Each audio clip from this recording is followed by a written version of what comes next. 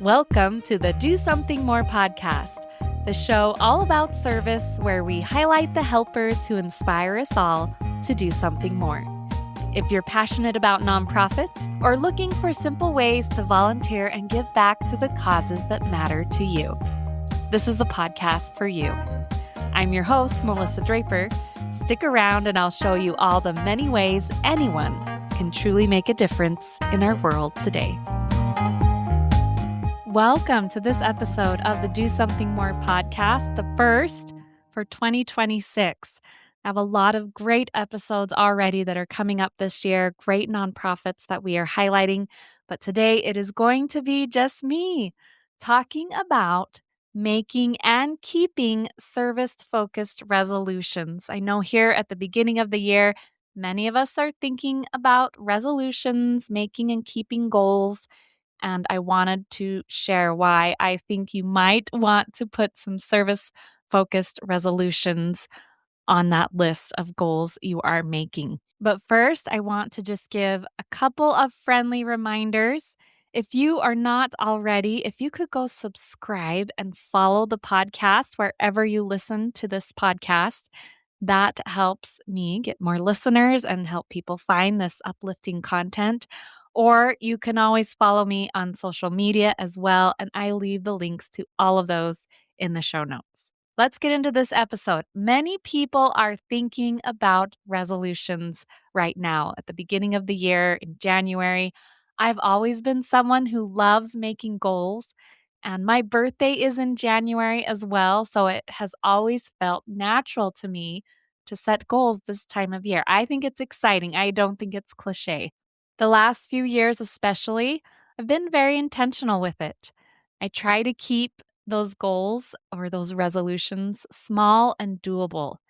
And I try to focus on real things I've observed in my life I want to tweak or places I want to grow. It's not usually about a big, huge change. It's more about tidying the corners.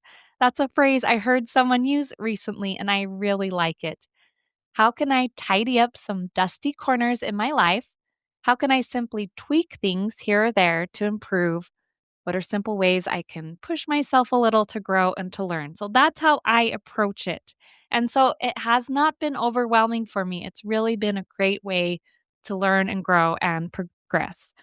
Now, of course, our traditional resolutions that people do often are with health and fitness or productivity or finances, right? Ways we want to change or even make dramatic changes in our life. So I want to introduce the idea instead of kind of tweaking or tidying up the corners, like I said. So the ideas and goals I'm going to talk about and share today are more on that end of goals and resolutions. It's small tweaks, little things that we can do. And so, of course, I want to introduce this area that you might not have thought of before. Resolutions that are about giving back, helping others, serving in small and simple ways. Today, I'm going to first tell you why I think these resolutions are a great idea, just in case you need a little more convincing. And then I'm going to give you some areas and ideas for small, very doable goals you could make to help you live a little more service-focused life. First, let me give you the why. Beyond the usual, it's a good things to do. It makes you feel good. Those are good whys too, but I want to give you a few more.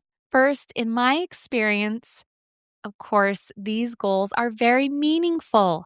If you're wanting to add a little more depth to your life, if you're wanting to just feel a little more like you matter, or you're not just slugging through the every day-to-day whatever, service-focused goals can help bring that extra depth, that extra meaning, that extra something you might be looking for. Also, a lot of these goals can be sustainable because they're simple. They're not huge. And they bring good feelings with them. And when we feel those good feelings, we are more likely to want to keep giving them a try and being consistent with them. And also, these resolutions, I feel like they have a domino effect. When you are making a conscientious effort to think more about others in a good, healthy way, not an overwhelming, have to be everything for everyone way, but in a good, altruistic way, it really can affect the other areas of your life and help you find momentum in those other changes you want to make. It brings so many good things to our lives. Also, service focused resolutions can bring a much needed mental shift. Sometimes we have spent a little too much time focusing inward or how can I improve myself? What do I have to do to be better? And these resolutions help you tweak things to focus more outward. Some of us need that a little more in our life right now. So, how can I take the good things I have and I'm already doing and use them to help other people? Of course, having service oriented resolutions is very fulfilling. Achieving goals and making progress is already naturally fulfilling, but adding into that, knowing that you help someone else in a small way, just adds another level to that fulfillment. That's one thing I really love about these resolutions. And finally, call me Pollyanna. Tell me I have way too positive view of the world. You would not be the first to tell me that. But I truly believe most people have the desire to help others, to give back, to make a difference in their communities. We all want to know that we matter, that other people need us. And I think we all naturally want to help other people in the best ways that we personally can. So, having simple service focused resolutions can help you finally find a way to effectively act on those feelings. It really is a beautiful thing to put actions and doing to the values we hold and espouse and the things we say are important to us. To be able to put them into action and not just talk about them is so empowering. That's my final reason for why you might want to think about having a service focused resolution or goal this year. Don't just talk about what you want to see done in the world or how things should be. Have some doing with that. Add some action. Put action to the values that you hold. And as you know on this show, I'm all about giving you real ideas and motivation and ways you can make it happen. Here are some areas I want to focus on to give you these small little ideas and tweaks for the kind of goals you could make if you want to have a more service oriented year this year, or if you want to be the kind of person that turns outward and thinks about other people. Again, in good, healthy ways that are good for us, not overwhelming ways, but good, simple, doable ways. The first area I want to talk about is really where I think you can come up with these tiny little tweaks that you can be successful with. It's to make simple goals to slow down and be more intentional in your interactions with other people. So, really, it's in our everyday interactions we have with all the people in our life. That is where the best opportunities to serve and to help really show up. But to be able to do those things, to serve those around us, we have to notice those opportunities. And noticing them usually means really focusing and slowing down, being intentional. What can these goals look like? What am I talking about here? Well, let me give you actually one example that I did a few years ago, just a couple years ago. I made a very simple goal to make more eye contact. So I had noticed that many times I was rushing or focusing on the next thing.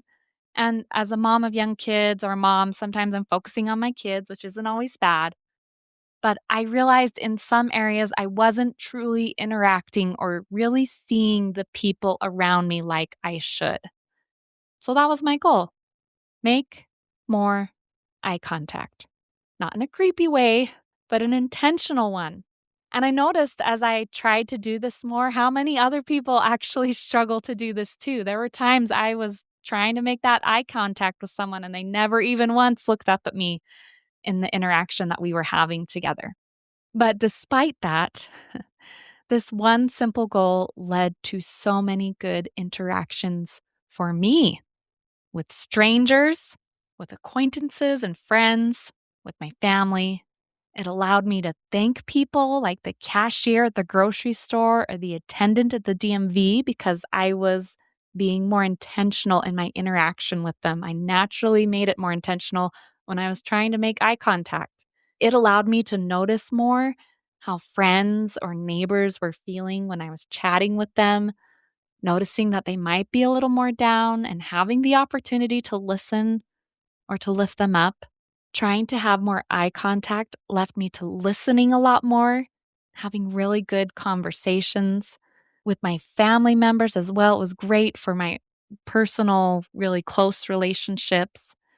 So it was a simple goal. It was a simple tweak that even if I forgot about it for a minute, I could be like, oh, yeah, I'm working on making more eye contact. It was easy to add it back in and to do it and be more intentional with it. And it really let me serve and help other people. So that's one idea of what I'm talking about, of these little tweaks that can help you be more intentional in your interactions with others. So, another one that goes along with this is I talked about slowing down.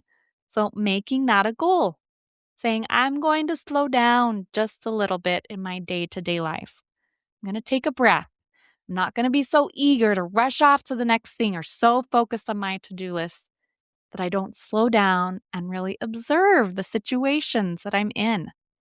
When I've worked on doing that, I see chairs that need to be put up or cleaned up or things I can help with at a school or church activity.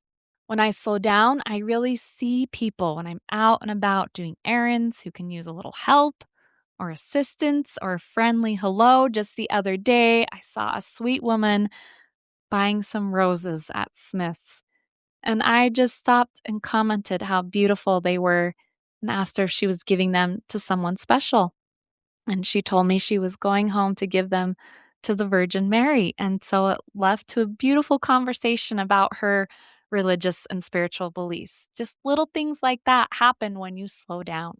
When I slow down, I take the time to go over and talk to my neighbor when I'm getting my mail and I see them there outside instead of just hurrying off to the next thing.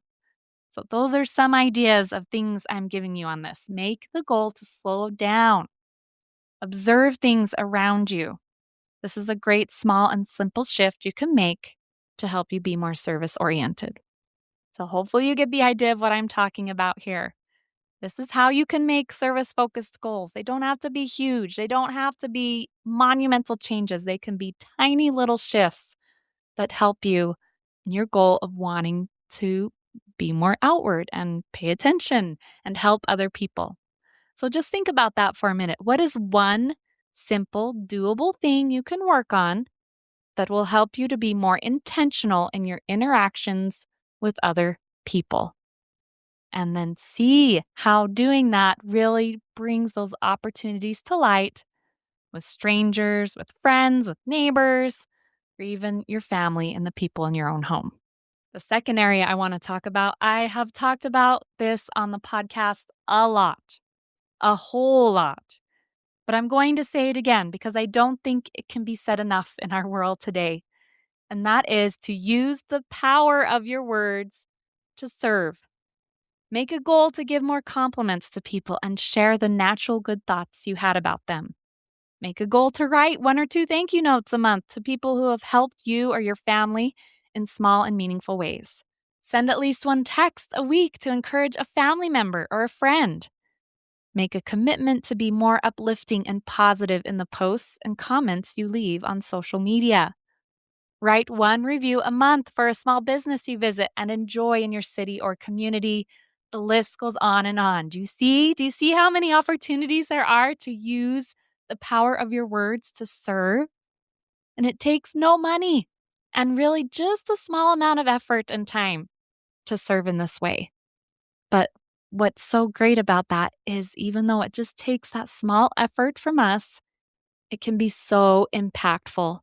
In some instances, I have experienced this for myself in the good words people have left with me and the good words I've had the opportunity to share. That in some instances, people remember those good, kind words you left with them forever. This can be a great way to serve, and it can be an easy way to make a small and simple service focused goal. Okay, the third area I want to talk about is one that might take a little more effort from you. But if you're wanting to really punch things up a notch, really make this part of your life, I wanted to include this idea, this area. Think of ways you can use what you specifically have to give. and then go and give it. So this one might take a little more brainstorming from you, a little more effort, but I want to give you some ideas on this. So if you have time you can give, if you're in a stage of your life where you're finding you have a little extra time and you're wanting to use that time in good, productive ways, give of your time. Find a nonprofit in your area or go on a website like justserve.org. Find opportunities to volunteer. Maybe you could even commit for a year to an ongoing volunteer opportunity. You have one day a week that you go into your local food pantry and you serve and you help. There are so many good nonprofits. You can go scroll back through all the episodes that I've done. I've shared so many nonprofits, and there are ways you can find them in your own community. This is a great one too if you have a resolution to get more involved in your community, or to make friends, or to meet other people, or to learn a new skill. All of those things can be accomplished by volunteering at a nonprofit. It's a great way to serve. So maybe instead of time, maybe you have a little money to give and you want to help in that way. So think of the causes that matter most to you. Find a nonprofit that fits that. Again, you can use my podcast as a resource and sign up to donate $5 or $10 a month. So we had a guest here just recently, last month on the podcast, share how those recurring small donations can be so vital to nonprofit organizations. And it only takes a few minutes to sign up and commit to something like that. You could literally take care of your resolution in about 5 to 10 minutes by going to their website and signing up to donate just $5 or $10 a month. So maybe instead of time or money, maybe you have a specific talent that you would like to share. For example, my husband is a software engineer. He shares and serves with his computer skills frequently. People reach out to him and he's just willing to help in those instances and ways that he can. Or maybe, are you musical? You could share that talent. Our family's musical. We've gone many times to our local care center to share our musical skills. Are you good at social media and content creation? So many nonprofits could use those skills. So think of those talents and areas that you can share with others, those talents that you have. Maybe you're good with kids or teenagers, and your local schools might have some volunteer opportunities. There's so many ways that you can approach this. That's the third area I wanted to share.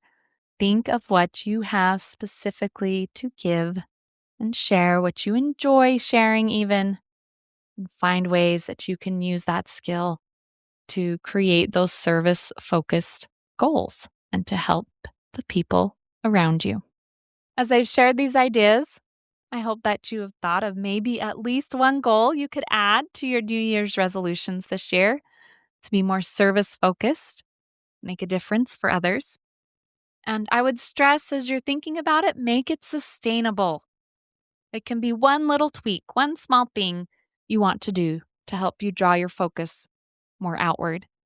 And I love sustainable goals because even if we have a week or two that was rough and we fell off for a little bit, when it's small and doable enough, you can just jump right back into it and try again. And so it's a great way to stay focused and consistent with a goal. Before we end this show, though, I want to share one more idea of a resolution that was transformative for me. Several years ago, when my kids were still young, I had an experience where my oldest three had participated in the elementary science fair, and they all did really well.